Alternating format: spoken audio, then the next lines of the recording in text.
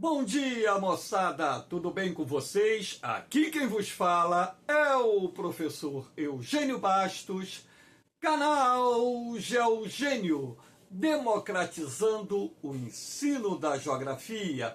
Moçada, vamos fortalecer o canal, se inscrevam no canal, dê aquele like, compartilhe o vídeo e ajude o professor Eugênio Bastos a democratizar o ensino da geografia. Moçada, no nosso encontro de hoje, eu irei falar sobre o envelhecimento da população japonesa, um tema de grande relevância, uma vez que o assunto foi abordado em várias matérias publicadas pela imprensa. E sendo assim, a imprensa informou que o Japão, pelo 13º ano consecutivo, registrou uma taxa de crescimento vegetativo negativa. Então, a partir do momento em que a população japonesa passa por um processo de envelhecimento e a população absoluta declina na quarta mais importante economia do mundo, consequentemente, problemas surgem para o governo japonês. É dentro desse contexto que eu vou abordar o assunto, lembrando que, por ter sido objeto de várias reportagens publicadas pela imprensa, esse tema tem forte probabilidade de ser abordado nos vestibulares que ocorrerão agora no final do ano de 2024 e no próximo ano de 2025. Espero que vocês gostem desse encontro. Havendo qualquer dúvida, deixe a sua pergunta na parte dos comentários, que eu terei o máximo prazer de respondê-la. Então, para iniciar o nosso encontro, essa imagem com pessoas da terceira idade, ou melhor idade, como queiram dizer, lá no Japão, fazendo uma atividade física para melhorar a qualidade de vida na terceira idade. E sendo assim, o Japão vem passando por esse processo de envelhecimento da população, e para que nós possamos entender tudo o que está acontecendo no Japão, vamos analisar, em primeiro lugar, o comportamento do crescimento vegetativo ou natural da população japonesa, que nada mais é do que a diferença entre as taxas de natalidade e mortalidade. Então, aqui nós temos em vermelho as barras que representam as taxas de natalidade de 2015 a 2023, em amarelo, a taxa de mortalidade. Sendo assim, vocês podem perceber que em todos os anos que estão sendo representados no gráfico, a taxa de mortalidade foi superior à taxa de natalidade. E quando a taxa de natalidade é maior do que a taxa de mortalidade, o país passa a registrar um crescimento vegetativo negativo. Porém, claro que, dependendo da circunstância, se o saldo da imigração for superior, vamos dizer, a diferença entre a taxa de natalidade e mortalidade, ainda haverá um crescimento demográfico positivo. Agora, quando o saldo da imigração for inferior à diferença da taxa de natalidade e mortalidade, portanto, se a taxa de mortalidade está acima da taxa de natalidade e o saldo da imigração está abaixo dessa diferença, consequentemente, a população do país irá regredir. É o que está acontecendo no Japão nos últimos 13 anos. Portanto, 13 anos consecutivos em que o Japão registrou taxa de crescimento vegetativo negativo ou negativa. Então, mas professor, por que essas taxas de natalidade no Japão declinaram tanto? Isso se deve, claro, também à redução da taxa de fecundidade, porque uma coisa tem a ver com a outra. Lembrando que a taxa de fecundidade nada mais é do que o número médio de filhos que mulheres em idade reprodutiva possuem. Lembrando que esse cálculo é feito envolvendo mulheres que possuem idade de 15 a 44 anos. E sendo assim, ora, vocês podem perceber através desse gráfico que a taxa de fecundidade no Japão, ela veio subindo, né? A partir de 2004, nós tivemos um ligeiro aumento da taxa de fecundidade. Foi o momento em que as políticas de estímulo à natalidade deram resultado no Japão, porém, por volta de 2015, essa taxa de fecundidade, começou a declinar. E agora a queda foi substancial. Mas, professor, essa taxa de fecundidade japonesa, ela caiu por quê? Ora, essa queda acentuada da taxa de fecundidade está relacionada principalmente ao fato de muitos casais japoneses não desejarem ter filhos. Então, a nova geração de casais está abrindo mão de ter filhos.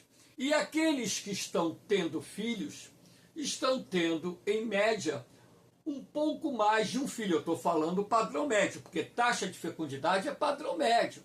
Então, a taxa de fecundidade atual do Japão está em 1,2 filhos por mulheres em idade reprodutiva, sendo assim muito abaixo da taxa de reposição da população, que deve ser de 2,1 filhos por mulher.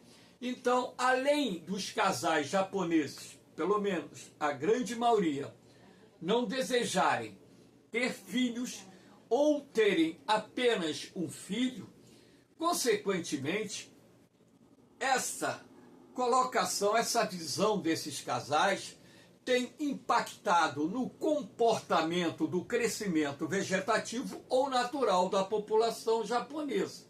E há de se destacar que o Japão, por ser um país desenvolvido, essa noção do planejamento familiar está bem difundida dentro da sociedade japonesa. E há um outro aspecto muito importante, as técnicas contraceptivas, que também desempenham um papel de grande relevância na queda da taxa de fecundidade, assim como também o fato da população japonesa se concentrar nas cidades. A população urbana no Japão é bastante significativa.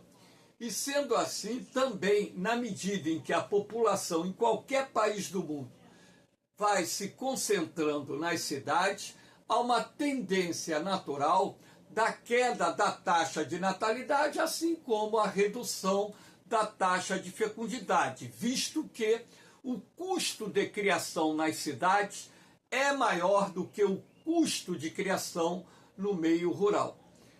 E, logicamente, com esse comportamento demográfico que indica uma desaceleração do crescimento vegetativo natural e, posteriormente, a entrada do Japão numa fase de crescimento vegetativo negativo da sua população, isso já está se refletindo na população absoluta do país, que também está recuando, como nós veremos a seguir. Então, aqui nós temos um gráfico que mostra a evolução da população do Japão de 1880, observa aqui, até uma projeção feita em 2115. Então vocês vão reparar o seguinte: até por volta do final do século XX, início do século XXI, a população japonesa ela veio crescendo.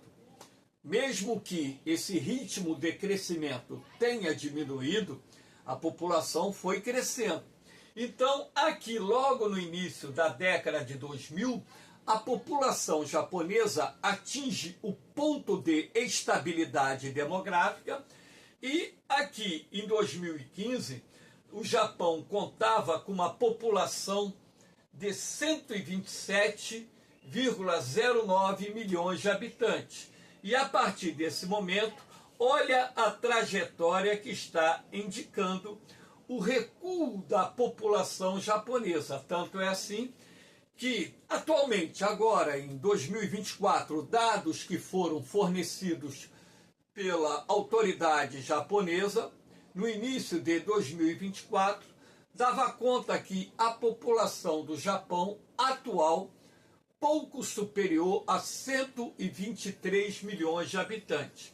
E olha a projeção feita pela autoridade nacional japonesa para o ano de 2065.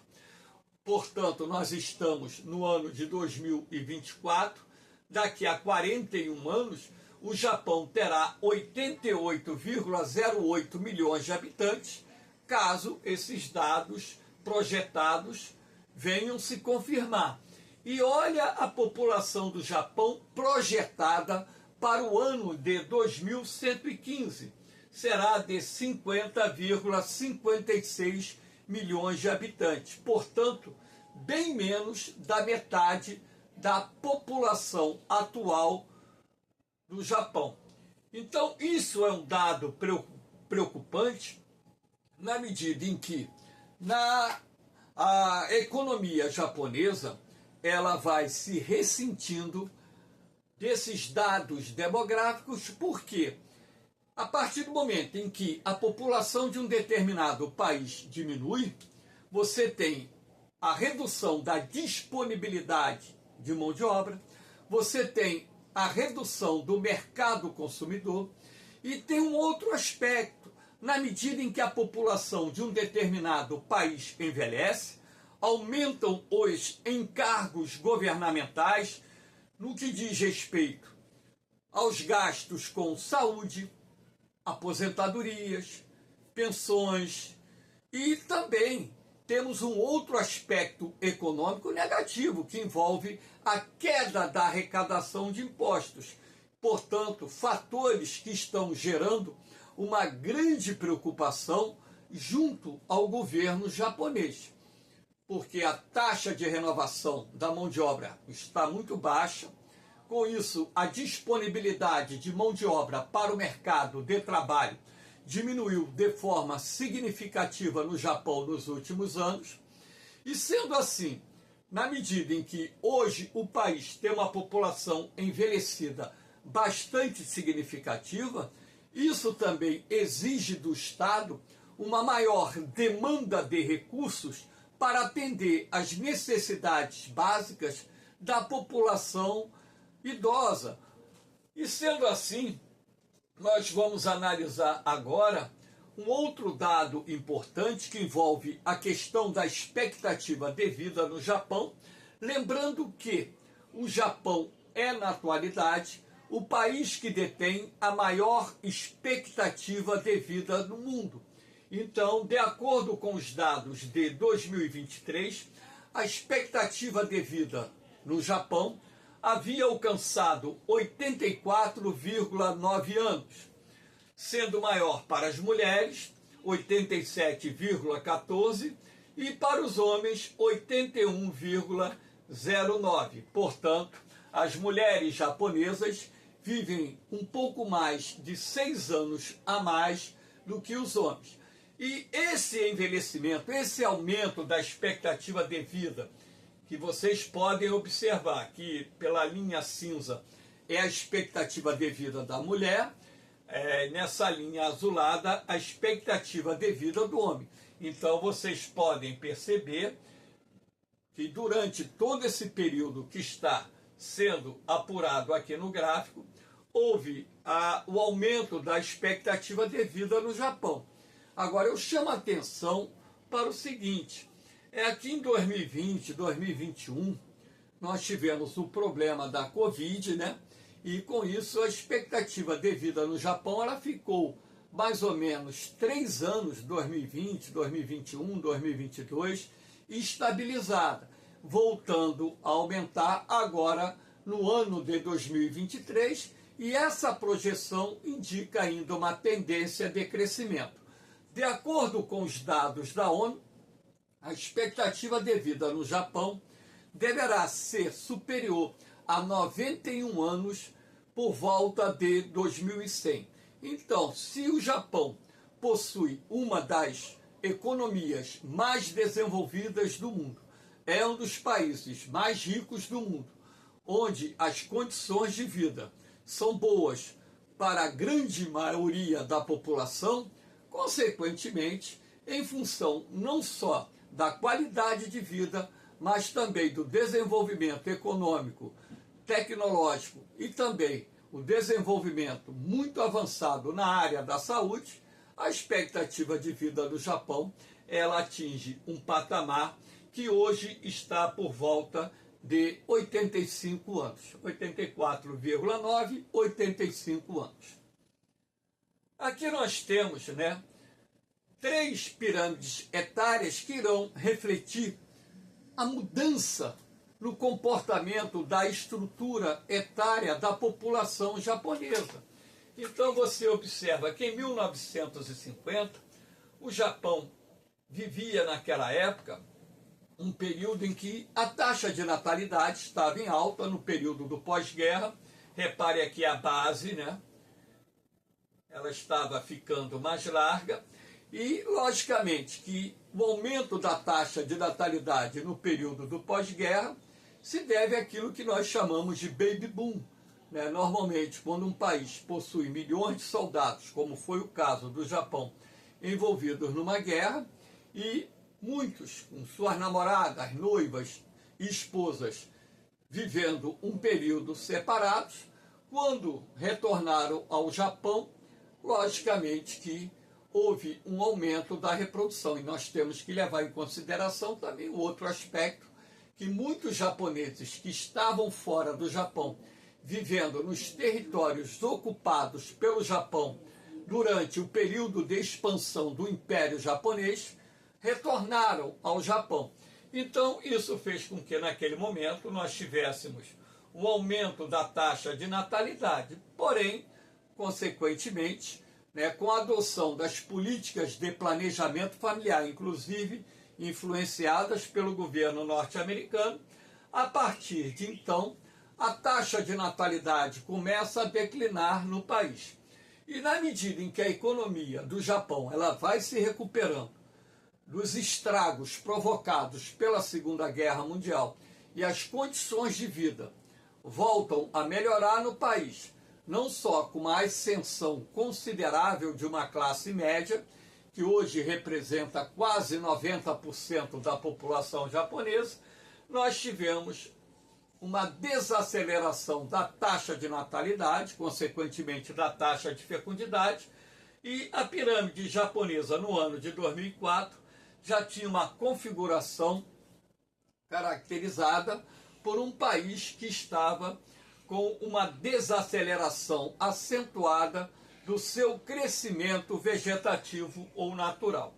Esse estreitamento que está aqui no meio da pirâmide japonesa de 2004, efeitos da Segunda Guerra, quando então milhões de japoneses morreram em razão dessa guerra. E a projeção da pirâmide etária do Japão para 2050 mostra aqui com muita clareza uma pirâmide invertida, a base bem mais estreita que o topo, e o que chama muita atenção aqui é o percentual de jovens projetado para o ano de 2050, que seria de 10,8% da população japonesa. A população adulta, 53,6%, e a população idosa japonesa, repare, 3 vezes maior do que a população de jovens, com 35,6%. O que chama também bastante atenção aqui, em função da alta expectativa de vida e do fato das mulheres viverem cerca de 6 anos a mais do que os homens no Japão, é o topo da pirâmide, onde é possível você perceber com muita clareza que o lado feminino é mais largo que o lado masculino, visto que a expectativa de vida das mulheres é maior do que a expectativa de vida dos homens. De que forma o governo japonês tem procurado enfrentar esse problema? Então, na verdade, o governo japonês já há algum tempo vem adotando políticas de estímulo à natalidade, não só em relação aos casais recém-casados, assim como os casais que ainda se encontram nessa faixa de 30 a 40 anos, portanto, uma faixa interessante para a procriação. Então, o governo japonês, essa medida aqui é de 2023, né, anunciou investimentos da ordem de 25 bilhões de dólares, ou seja, mais de 120 bilhões de reais, no desenvolvimento de políticas de estímulo à taxa de natalidade. Mas, como eu disse, dentro da cultura japonesa, muitos casais no Japão, sobretudo os casais mais jovens, estão se negando a ter filhos, não querem ter filhos, querem curtir a vida, até mesmo porque filho dá trabalho, né? Dentro da concepção deles, claro, todos nós demos trabalho aos nossos pais, todos os filhos dão trabalho aos nossos pais, aos seus pais, perdão, e também tem a questão, né, das despesas, os gastos, né, com os filhos, escola, vestuário, saúde, alimentação e por aí vai. O governo japonês também está investindo em aplicativos de namoro, né, para incentivar os casais a se casarem e terem filhos, garantindo a saúde e a educação para as crianças. Então, são promessas que o governo japonês tem feito, são políticas que estão sendo desenvolvidas para tentar reverter esse quadro de crescimento vegetativo negativo que não só preocupa as autoridades japonesas, como também tem sido responsável pelo fraco desempenho da economia japonesa e projeções econômicas não muito satisfatórias para as empresas e para a economia do Japão como um todo. Uma outra medida que o governo japonês está adotando é a flexibilização das leis de imigração. Então, hoje no Japão, esses dados são agora de 2023, já existem mais de 3,3 milhões de estrangeiros vivendo no Japão. Parte desses imigrantes são descendentes de japoneses de primeira e segunda gerações que migraram ao longo do século XX para países do continente americano e outros países do mundo. Por exemplo, existem atualmente mais de 280 mil brasileiros vivendo no Japão, em sua maioria descendentes de imigrantes japoneses que ingressaram no Brasil no século XX. Esses trabalhadores descendentes de japoneses são chamados de dekasekis, ou dekasekis, como queiram pronunciar. Então, essa palavra significa trabalhadores que vêm de fora. E há uma visão que tem que ser bastante difundida no Japão sobre a necessidade desses trabalhadores estrangeiros, porque hoje a escassez de mão de obra, ela não só envolve trabalhadores não qualificados, como a falta de mão de obra também já ocorre em segmentos da economia que precisam de trabalhadores com alto nível de qualificação, razão pela qual o governo japonês tem desenvolvido campanhas junto à população para que haja menor discriminação, maior aceitação dos japoneses frente aos imigrantes que estão chegando no país. E eu quero deixar registrado aqui também uma informação bastante interessante. Até mesmo os decasequis ou decasex, eles são discriminados no Japão. Existe um preconceito, uma xenofobia, que não é algo exclusivo do Japão, que fique bem claro, né? Xenofobia ocorre na Europa, ocorre na América do Norte, ocorre até mesmo aqui no Brasil em determinadas situações. É algo que está relacionado à aversão que a população local possui em relação à presença de estrangeiros no seu território, no seu país, enfim.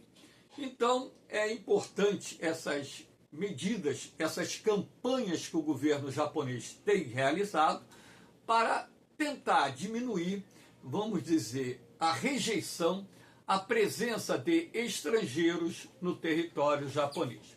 Sendo assim, nós vimos que esse processo de envelhecimento da população do Japão é um problema, porém o governo japonês está tentando enfrentar esse problema de forma a reverter um quadro que indica que a população japonesa irá continuar diminuindo nas próximas décadas, o que, consequentemente, não é bom para a economia do país. Moçada, espero que vocês tenham gostado desse encontro. Dê aquela forcinha ao canal de Eugênio, se inscreva aí no canal, dê aquele like, deixe o seu comentário, porque é muito importante que haja interação entre os seguidores do canal e o professor Eugênio Bastos. Valeu, moçada! Essa aula foi gravada dia 2 de novembro de 2024, feriado de finados aqui no Brasil. E sendo assim, espero que vocês tenham um bom final de semana, que Papai do Céu possa abençoar não só a vocês, assim como todos os seus familiares. No mais, um beijão no coração de vocês, um forte abraço, fiquem com Deus, eu vou, mas eu volto, hein? Fui!